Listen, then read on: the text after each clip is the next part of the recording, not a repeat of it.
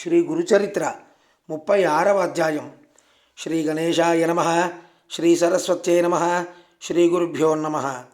ప్రస్తావన: క్రిందటి అధ్యాయాలలో సూచించినట్లు సద్గురువు భక్తులను తన మహిమ చేత రక్షించడమే గాక అందులో భాగంగా బోధన కూడా అనుగ్రహించి ధర్మ మోక్షోన్ముఖులను చేస్తాడు. ఈ అధ్యాయాలలో బోధ ప్రధానమైన లీలలను సిద్ధుడు వివరిస్తాడు. ఒక్కొక్కప్పుడు మానవులు పరస్పర విరుద్ధమైన ధర్మాల మధ్య చిక్కుతారు. ఈ 36, 37 అధ్యాయాలలో విప్రుడు పరాన్నం స్వీకరించకపోవడము అనే ధర్మానికి, భర్త భార్యను తన రూపంగా తలచి సంతోషపెట్టాలన్న ధర్మానికి మధ్య చిక్కుతాడు. అప్పుడు వివేకి సమస్యను ఎలా పరిష్కరించాలో శ్రీగురుడు సూచించాడు. అంతేగాక ఆహార శుద్ధౌ సత్వశుద్ధి, ఆహార శుద్ధి వలన సత్వశుద్ధి కలుగుతుంది అని శాస్త్రం. సత్వశుద్ధి లోపిస్తే యజ్ఞదాన తపఃకర్మలు వ్యర్థమవుతాయని భగవద్గీత వాక్యం. సాత్వికమైన ఆహారమేమో శ్రీగురుడు స్థూలంగా ఈ అధ్యాయాల్లో బోధించాడు. నామధారకుడు సిద్ధయోగికి నమస్కరించి, స్వామి, అజ్ఞానమనే గాఢ నిద్రలో ఉన్న నాకు ఈ గురుచరిత్ర వినిపించి మేల్కొలిపారు. దయతో అటుపై వృత్తాంతం తెలిపి ఈ జ్ఞానాన్ని దృఢం చేయింది అని ప్రార్థించాడు. సిద్ధయోగి సంతోషించి ఇలా చెప్పసాగారు.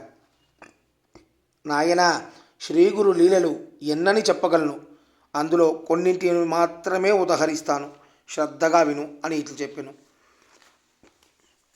గంధర్వపురంలో సత్యవంతుడైన ఒక పేద బ్రాహ్మణుడు భిక్షాన్నంతో తృప్తిగా జీవిస్తూ ఉండేవాడు, కానీ ఎవరింటికి భోజనానికి వెళ్ళేవాడు కాదు. అతడు ఎంతో నిష్ఠతో వైదిక కర్మలన్నీ ఆచరిస్తూ తనకు ఉన్న దాంట్లోనే అతిథులను సేవిస్తూ ఉండేవాడు. ఆ కాలంలో శ్రీగురుని మహిమ వలన అచ్చడికి ఆకర్షింపబడి వచ్చిన భక్తులు ఎందరో బ్రాహ్మణ సమారాధనలు చేస్తుండేవారు. ఈ పేద బ్రాహ్మణుడు మాత్రం వెళ్ళేవాడు కాదు. ఒక సంవత్సరం మహాలయాలలో ఒక శ్రీమంతుడు గ్రామస్తులందరినీ దంపత సమేతంగా భోజనానికి ఆహ్వానించాడు. ఆ పేద బ్రాహ్మణుడు వెళ్ళడానికి ఒప్పుకోలేదు.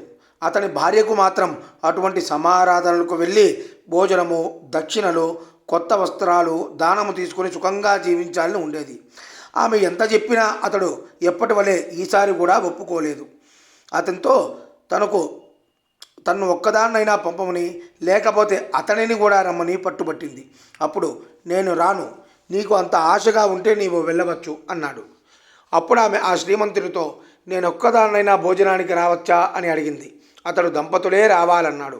నిరాశ చెంది తన భర్తపై కోపంతో శ్రీగురుని వద్దకు వెళ్ళి తన బాధనంతా వెళ్ళబోసుకుని తన భర్త కూడా ఆ రోజు సమారాధనకు వెళ్ళేలా ఆదేశించమని కోరింది.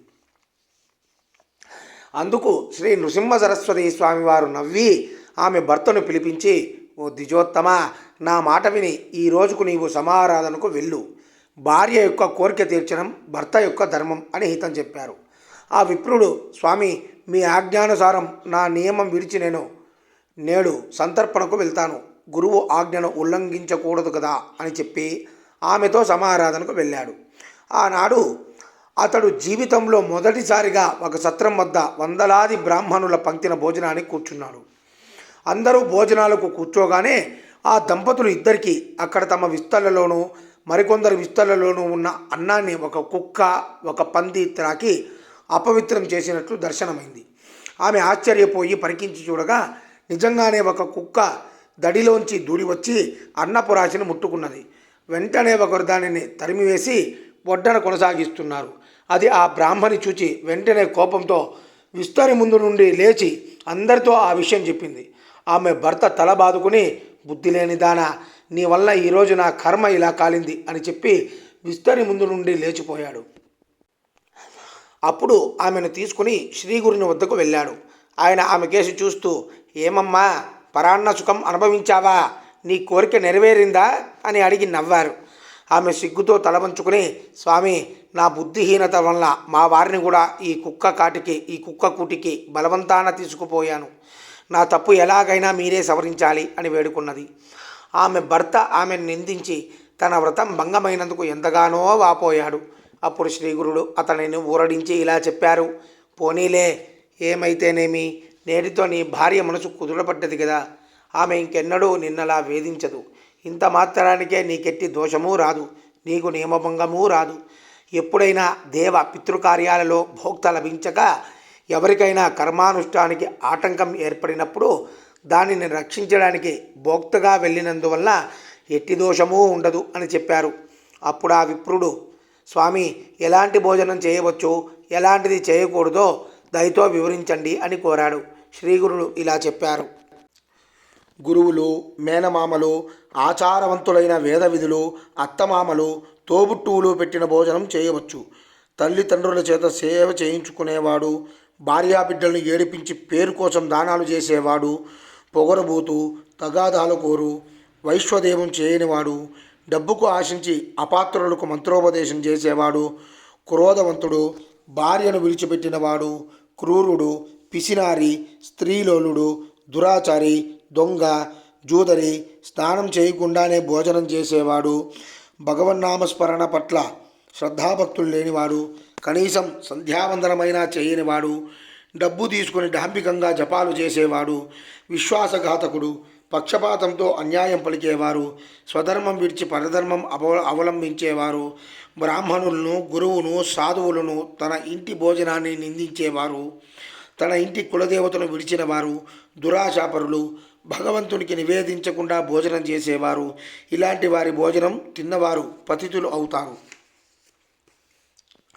కూతుర్ను, అల్లుణ్ణి బాధించిన వారికి మరుజన్మలో బిడ్డలు కలుగరు.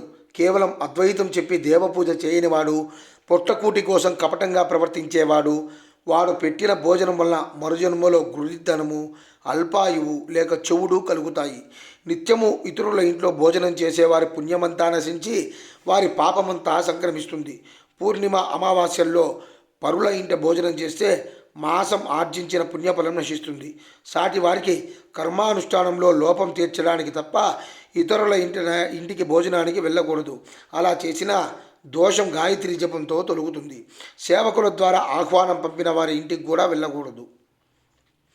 మనమడు పుట్టేతాగా అల్లుని ఇంట్లో కూడా భుజించకూడదు. గోవు, భూమి, బంగారం మొదలైనవి దానం తీసుకోవడం కూడా అంత చెడ్డవి కాదు. కానీ గ్రహణ సమయంలోనూ, సూతకమప్పుడు, పుణ్యతీర్థాల్లోనూ దానాలు తీసుకుంటే దోషం వస్తుంది. ఇటువంటి అనుచిత భోజనం చేయకుండా స్వధర్మం ఆచరించే వారికి ధైర్యం ఎప్పటికీ రాదు. దేవతలు, సిద్ధులు, కామధేనువు కూడా వారిని సేవిస్తుంటాయి. అప్పుడు ఆ విప్రుడు నమస్కరించి, స్వామి, స్వధర్మం అంటే ఎలాంటిదో కొంచెం వివరించండి అని ప్రార్థించాడు. స్వామి ఇలా చెప్పారు. నాయన, పూర్వం ఒకప్పుడు నైమిషారణ్యంలో పరాశర మహర్షిని మునులు ఇలా కోరారు. ఓ మునీంద్ర, స్వధర్మానుష్ఠానంలో మాకు అడుగడుగునా సందేహాలు కలుగుతున్నాయి. ఆచారము, మంత్రము గురువు నుండి తప్ప తెలుసుకోకూడదు అంటారు. కనుక దయతో మాకు వివరించండి అనగా అప్పుడు ఆ మహర్షి ఇలా చెప్పారు. ఓ ఋషులారా, సదాచారం వల్ల సర్వమూ సిద్ధిస్తుంది. బ్రాహ్మణుడు బ్రాహ్మీ ముహూర్తంలో నిద్రలేచి భక్తితో త్రిమూర్తులను, నవగ్రహాలు, సనగాది సిద్ధులను, పితృదేవతలను, సప్త సముద్రాలు, చతుర్దశ భువనాలు, సప్తద్వీపాలు, సప్త ఋషులను మొదట నమస్కరించాలి. అప్పుడు గోవుకు మొక్కి ఆచమనం చేశాకనే కాలకృత్యాలు తీర్చుకోవాలి. స్నానము, భోజనాదులకు ముందు తర్వాత కూర్చొని ఆచమనం చేయాలి. చూడకూడనివి చూచినప్పుడు, మాట్లాడకూడనివి మాట్లాడినప్పుడు, వినడానివి వినినప్పుడు ఆచమనం చేస్తే శుద్ధి కలుగుతుంది. అందుకు నీరు లేకుంటే కుడి చెవును తాకాలి. కారణం, అందులో అగ్ని, జలము, వరుణుడు, సూర్యుడు, వాయువు మొదలైన గల సకల దేవతలు ఉంటారు. తరువాత మానసిక స్నానంతో పరిశుద్ధుడై సూర్యోదయం వరకు గాయత్రి తప్ప మిగిలిన వేద భాగంలో ఏ ప్రార్థనా శ్లోకాలైనా చదువుకోవచ్చు. తర్వాత ఊరికి నైరుతి దిక్కున 6 బయట దేవాలయాలు, పవిత్రమైన చెట్లు లేని చోట, బాటకు నీరుకు దూరంగాను, ఆకులు గడ్డి లేని చోట మల విసర్జనం చేయాలి. ఆ సమయంలో దంజము వేరుగా వేసుకొని అంగవస్త్రం తలకు చుట్టుకొని ఉండాలి. దిక్కులకేసి, ఆకాశం కేసి చూడకూడదు. పగటి వేళ ఉత్తర దిక్కుకు, రాత్రి వేళ దక్షిణ దిక్కుకు తిరిగి కూర్చోవాలి. తర్వాత ఆచమించి కులదేవతను స్మరించాలి. ఇలా శ్రీగురుడు ఆచారకాండ గురించి ఇంకెన్నో అంశాలు బోధించారు. శ్రీ దత్తాయ గురవే నమః. శ్రీ శ్రీపాద శ్రీవల్లభాయ నమః. శ్రీ నృసింహ సరస్వత్యే నమః. ఇది శ్రీ గురుచరిత్ర 36వ అధ్యాయం సమాప్తం. జై గురుదత్త.